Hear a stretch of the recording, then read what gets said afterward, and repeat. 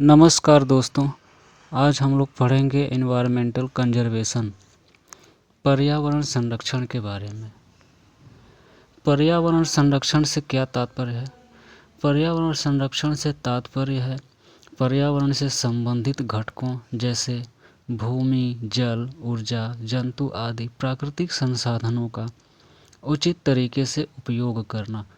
प्राकृतिक संसाधनों का इस प्रकार से प्रयोग करना जिससे अधिक से अधिक लोग अधिक समय तक लाभ उठा सकें, पर्यावरण सुरक्षा या पर्यावरण संरक्षण कहलाता है। पर्यावरण में उपस्थित जो भी पर्यावरण के अंग हैं या घटक हैं जैसे भूमि, जल, ऊर्जा, इनका उचित मात्रा में प्रयोग करना, उचित अनुपात में प्रयोग करना। यदि आप अपने काम जितना आपका काम है उतना ही प्रयोग करें तो बाकी नष्ट होने से बचाई जा सकती हैं ये सब चीज़ें, और पर्यावरण को भी सुरक्षित रखा जा सकता है। पर्यावरण सुरक्षित रहेगा तभी उसमें रहने वाले सभी जीव जंतु आदि भी संरक्षित और सुरक्षित रहेंगे। पर्यावरण में उपस्थित पेड़ पौधों इत्यादि का उचित मात्रा में उपयोग करना, अर्थात पेड़ों की जो अंधाधुंध कटाई चल रही है मिलों में या ऐसी बहुत सारी चीज़ें, उपयोगी चीज़ें बनाई जाती हैं पेड़ पौधों से, उनके लिए जो अंधाधुंध पेड़ों की कटाई हो रही है, पेड़ों की कटाई पर अधिक से अधिक रोक लगाना तथा इनका उचित प्रयोग करना। कम से कम हर व्यक्ति को ये सोचना चाहिए कि वो वृक्षारोपण करे, अधिक से अधिक वृक्षारोपण करे, जिससे पर्यावरण में ऑक्सीजन की मात्रा, वायु की शुद्ध मात्रा प्राप्त होती रहे, जिससे कि इन सब चीज़ों की पूर्ति हो सके। और पर्यावरण से संबंधित जल, ऊर्जा, पेड़ पौधे आदि इनका समुचित उपयोग से या इनके बचाव से पर्यावरण को संरक्षण प्राप्त होता रहे। पर्यावरण संरक्षण की आवश्यकता एवं महत्व।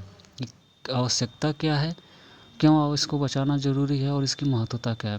दोस्तों, मैं जानता हूं कि आप सब पर्यावरण के बारे में कुछ न कुछ चीज़ें आप जानते हैं, लेकिन मैं इस वीडियो में आपको कुछ बताना चाहता हूं। यह एक प्रकार की जानकारी भी है जिसे आप अपने जीवन में उतार सकते हैं और पर्यावरण को आप स्वयं भी संरक्षित कर सकते हैं। पृथ्वी पर सभी प्राकृतिक संसाधन एक निश्चित मात्रा में उपलब्ध हैं, अर्थात आप अपनी ज़रूरत से अधिक जब उसका प्रयोग करते हो तो वो चीज़ें आपकी ज़रूरत से जब अधिक होती हैं तो वो नष्ट हो जाती हैं, बेकार चली जाती हैं। इन चीज़ों को आपको ध्यान रखना चाहिए। मानव का पूरा जीवन एवं विकास इन प्राकृतिक संसाधनों पर ही निर्भर करता है। यदि इसे नियंत्रित नहीं किया गया तो पृथ्वी पर जीवन खतरे में पड़ जाएगा। हर एक चीज़ का, किसी भी चीज़ का आप अगर अलग से या उसका अतिरिक्त मात्रा में प्रयोग करते हैं तो वो चीज़ें धीरे धीरे समाप्त होने लगती हैं और ये एक दिन दूसरे के लिए खतरे का कारण बन जाती हैं। और हम पर्यावरण में रह रहे हैं तो पर्यावरण में रहने के बावजूद भी हम अपनी ही चीज़ों को, जो हमारे जीवन के लिए बहुत ही ज़रूरी है, उसी का हम लोग नाश करते जा रहे हैं। तो इन बातों को ध्यान रखना पड़ेगा जिससे हमारा पर्यावरण संरक्षित रहे और पर्यावरण संकट को भी हम लोग रोक सकें।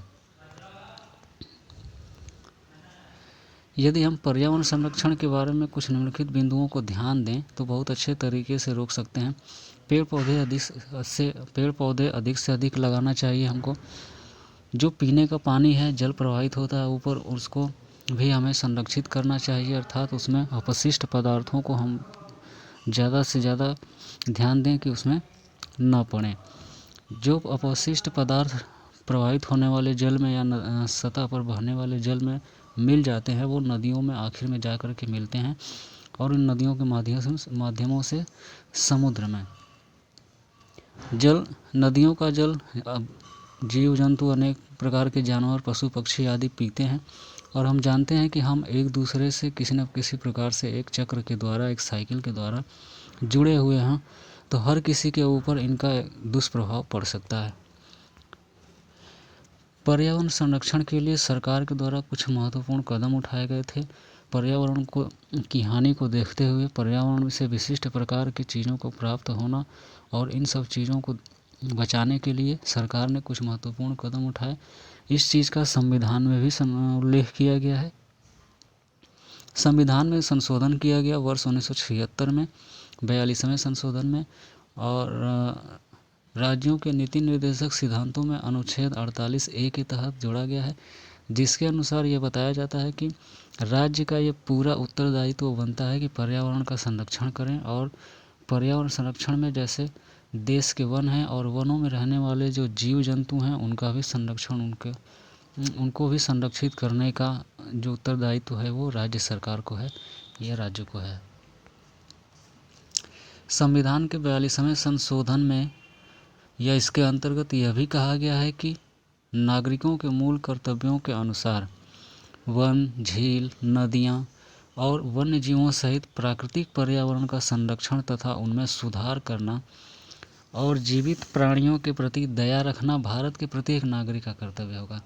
प्रत्येक नागरिक का कर्तव्य कहने का मतलब ये है कि हर व्यक्ति जब अपने अपने तरफ से पर्यावरण के प्रति जागरूक होगा कि हमें जिन चीज़ों से लाभ हो रहा है हम उसी को नष्ट करते जा रहे हैं, उसी का नाश करते जा रहे हैं, और ये हर व्यक्ति को समझना होगा कि वो कैसे इसका संरक्षण करे, उन्हें क्या करना चाहिए। इन्हीं सब चीज़ों के लिए सरकार ने भी एक महत्वपूर्ण कदम उठाया था, जिससे कि पर्यावरण और उसमें रहने वाले जीव जंतुओं को बचाया जा सके। परीक्षा की दृष्टि से दोस्तों पर्यावरण संरक्षण के लिए कुछ अधिनियम बनाए गए थे। अधिनियम जो मतलब कानूनी तौर पर जो सबके लिए लागू होता है, कि कानून ये कहता है कि आप जिन चीज़ों को सरकार ने इसको बचाने के लिए, पर्यावरण संरक्षण करने के लिए जो चीज़ों या नियम या कानून को बनाया उसको आप सभी को मानना पड़ेगा। पहले नंबर पे आता है केंद्र सरकार ने वर्ष 1974 में जल को, जो हमारे जीवन का एक अभिन्न अंग है, उसको प्रदूषित होने से बचाने के लिए जल प्रदूषण निवारण एवं नियंत्रण अधिनियम पारित किया गया।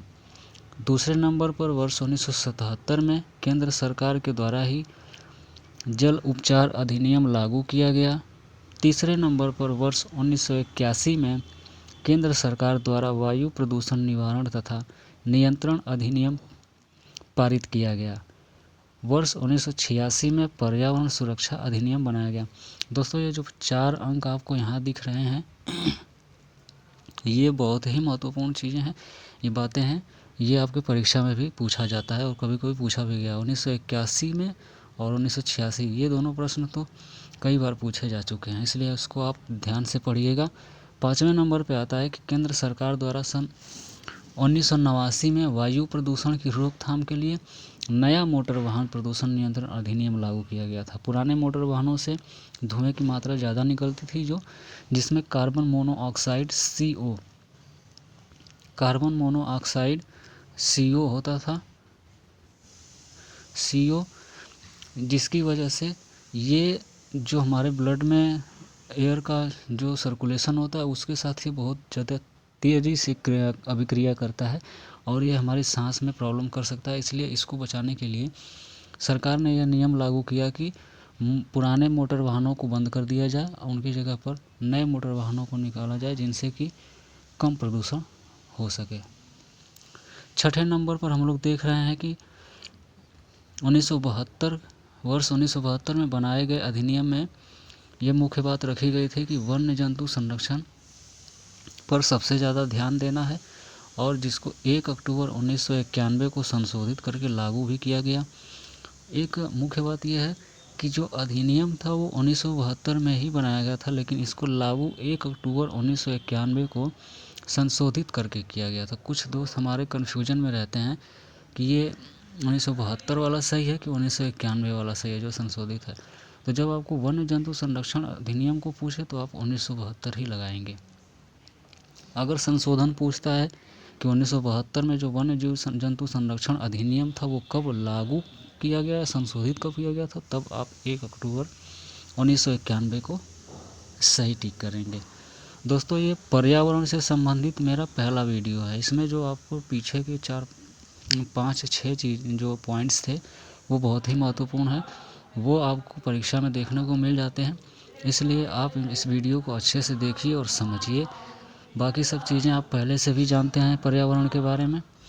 दोस्तों मैं इसका सेकंड पार्ट भी बनाऊंगा। यदि आपको ये वाला वीडियो अच्छा लगेगा तो मैं इसका दूसरा भाग भी बनाऊंगा। उसमें जो बाकी और बहुत ही महत्वपूर्ण चीज़ें जो हैं वो परीक्षा की दृष्टि से आपको महत्वपूर्ण है देखने को मिलते हैं, उन प्रश्नों को मैं सेकंड वीडियो में आपके लिए फिर से बना दूंगा। इसके लिए आप मेरे चैनल GTLC 95 को सब्सक्राइब कर लीजिए। अगर आपको वीडियो अच्छा लगा हो तो आप मेरे वीडियो को लाइक कर दीजिए। थैंक यू दोस्तों।